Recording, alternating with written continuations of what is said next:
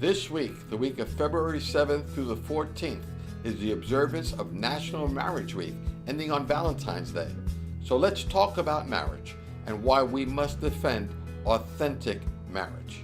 Hi, I'm Reverend Bill Banuchi, the Executive Director of the New York State Faith and Freedom Coalition.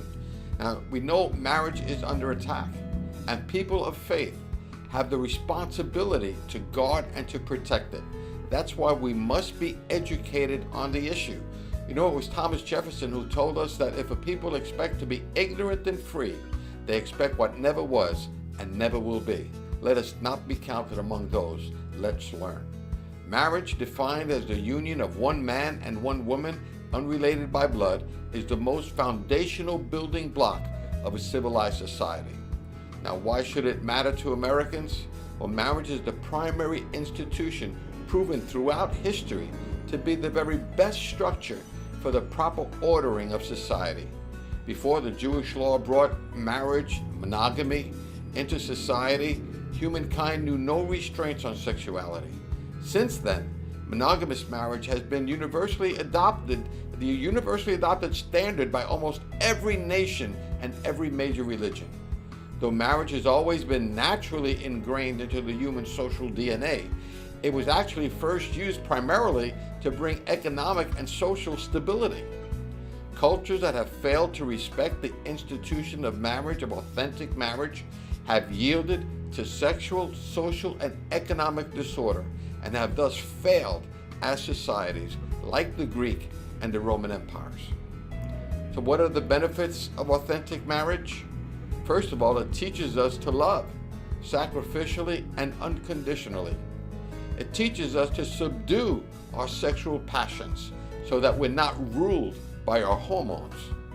It provides for the complementary personalities to come together, to maximize their strengths, and to compensate for their weaknesses. It provides the best environment to raise productive and healthy children. Generally speaking, the mother and father provide different things to the emotional well-being of the child. The mom provides comfort and assurance, while the dad provides truth and authority. When mom and dad are working together as a team, the child grows up with the right balance of comfort and assurance and yet truth and authority. Marriage is actually the first government that our children get to experience. When the marriage and the family is intact, the children can rely on them for their needs, spiritual, emotional, and material needs. When marriage breaks down, however, the civil government steps in to take its place. Thus, you end up with the government becoming the parent. This, my friend, is totalitarianism. Therefore, healthy marriages are a guarantor of our liberty. All the studies show that married people are happier, healthier, they prosper more, and even live longer than unmarried. Children from intact married families are less likely to be sexually active, less likely to abuse drugs and alcohol, more likely to fulfill their potential in life. In fact, the best anti-poverty program is a healthy marriage. When a divorce takes place, it often puts the wife or the husband below the poverty level. Protecting marriage even makes economic good sense. The book, Marriage and Caste in America by Kay Heimowitz, who is not a Christian, and she approaches the issue from a totally secular perspective, demonstrates how the breakdown of marriage has created a permanent underclass in this country. Now, why should it matter to Christians? The entire Bible is about marriage, from the book of Genesis all the way to the marriage supper of the Lamb in Revelation. It is the primary human institution given by God to demonstrate here on earth the very love of God. Vows to one another reflect our vow to God. When we say, I do, for better or for worse, as long as we both shall live, that's really, it speaks of a total commitment of the total person for the total life. That is what a commitment to God is to be, and we get to see it in the gift of holy matrimony. The fullness of God is reflected in the oneness of a man and a woman together. Neither man nor woman by themselves can reflect the fullness of God's creation in humanity. The fullness of God's human creation is seen when man and woman are joined into one. That's why the scriptures tell us, For this reason will a man leave his father and mother and be united to his wife, and the two shall become one flesh. That is the picture of the fullness of God's human creation. It's where we learn to love.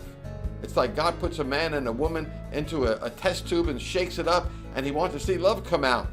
That's where the rubber meets the road, so to speak. That's why it's so often so challenging. God has entrusted to us the very stewardship of the most sacred institution he has ever given to mankind, the institution of holy matrimony. For the sake of coming generations, our posterity, and God's glory, we must fight to preserve the institution of marriage as God himself has defined it, the union of one man and one woman. Calling the moon the sun doesn't make it so. Calling a same-sex relationship marriage will never make it so. We must stand up and even fight for truth to be restored in this one nation under God. Remembering what Jesus said about marriage when he said, what God has joined together, let man not separate. In other words, don't mess with marriage. Work to preserve your own marriage. Then work to preserve the institution of marriage in this one nation under God. You know, it was George Washington who reminded us when he said, the propitious smiles of heaven can never be expected on a nation that disregards the eternal rules of order and right, which heaven itself has ordained. So in order to continue to enjoy the propitious smiles of heaven, in order to continue to learn to love, in order to raise a healthy and godly generation of Americans, we must protect and defend the institution of holy matrimony, authentic marriage. So may God bless you, may God bless your marriage, and let's continue to pray like it all depends on God and work like it all depends on us until we see this nation once again bless God. Now we invite you to come and join us on our website at www.nyfaithandfreedom.com. Sign up for our YouTube channel. Look us up, New York Faith and Freedom Coalition. Get on our Facebook page. Find us there as well. And we certainly invite you to come and join us, attend our meetings, and support us however you can. Take care, and God bless.